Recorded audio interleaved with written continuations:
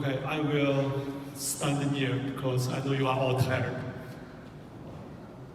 First, a question. What is the difference between robots and other smart devices?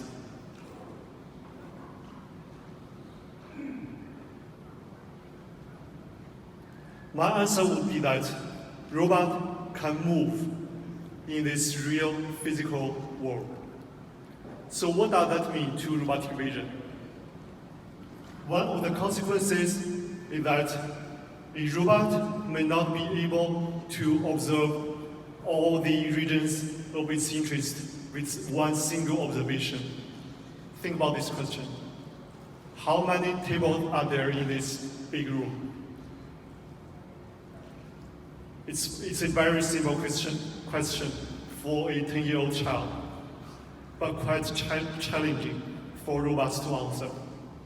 Because you cannot see all the tables from all the directions and with all the details in a single image.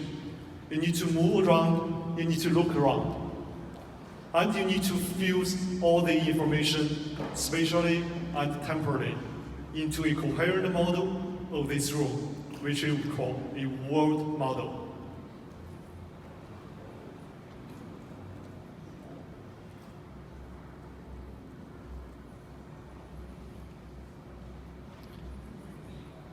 So, if I ask, I see a table 3 meters in front of me, how can I tell if this is the same table I have seen from the other place or not? You must be able to derive the boundary of each object from the world model. So that's why we are working on SLAM in this workshop, because the 3D map from a SLAM system would be a good start point for us to build such a world model. Actually, human brains works in a similar way. Let's do a very simple experiment. Look at me and shake your head. Do you feel any difficulty look at me? Not at all. You can even read the words on the slides when you shake your head. That's not something very simple. Think about it. When you shake your head, the sensor data from your eyes change drastically.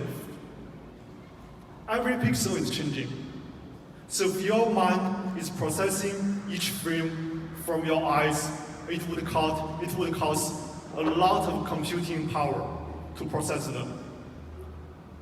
But my head has not exploded, and it has not been overheated. Why? Because my mind is not processing each frame separately. It is working based not on the sensor data, but on the world model in my head. My brain will predict what I should see in the near future based on the world model and the motion of my sensors from pre-perception. So if there is no exception, if everything is predictable, then my mind is in a low power mode. It does not take lots of computing power to process all of them. Like in this room, everything is predictable in such a well-organized competition, thanks to all the co-organizers. But if there is a giraffe coming from that door, it will surprise me, and I need to learn something new, some new information, and fuse it into my world model that a giraffe may come into that door. During our lifetime, there are always new things to learn. New information, new knowledge, new skills. And so does robot. So that's why we are working on the other task of lifelong learning. Because for a robot that are designed to operate in a long term, it should be able to learn new things without forgetting previous knowledge. So based on lifelong SLAM and lifelong learning, there is an emerging research field of lifelong robotic vision, which is crucial to autonomous robots that we would expect to service all of us, but it has not been well addressed in the literature. So our first contribution to this research field was trying to find a good abbreviation of this word, lifelong robotic vision, because IRV would sound a bit awkward. So what would be a good abbreviation? Maybe this looks good, but it has been used for something else. Just kidding. So, LORIS. A primate species with big eyes. Vision, right? Stereo vision, just like Xuesong's cameras. So our first real contribution to this field was to build a data set with real-world data for lifelong robotic vision.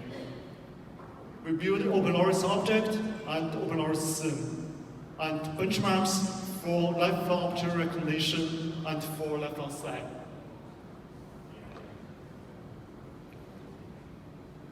So this is snapshots from the dataset, and our paper will be uploaded onto arXiv in this month.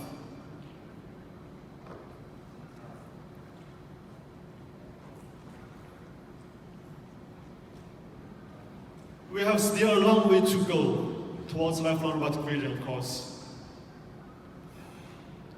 On one hand, we need to model the world with more details, not only geometric information and semantic information, but also relationships between objects and between object and concepts.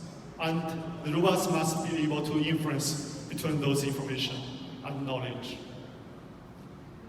On the other hand, the robots need to learn by itself. So we are working towards fully autonomous learning, like without any engineers to annotate the data, because we would have self-critics from the understanding of the scene, like from multimodal learning, which was talked by Professor Zhang Jianwei in this morning.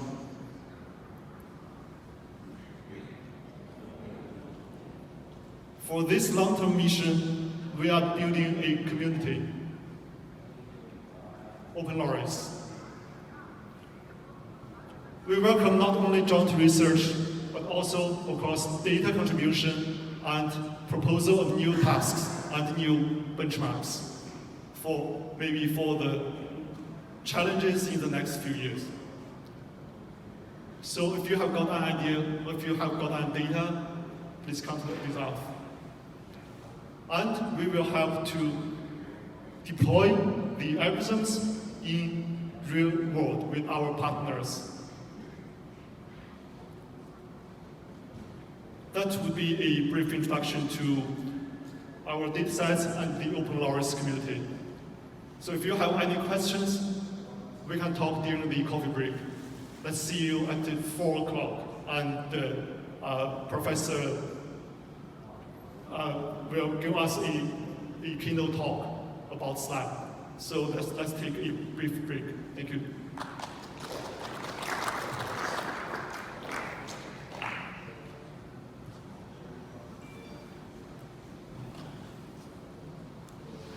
And there are posters.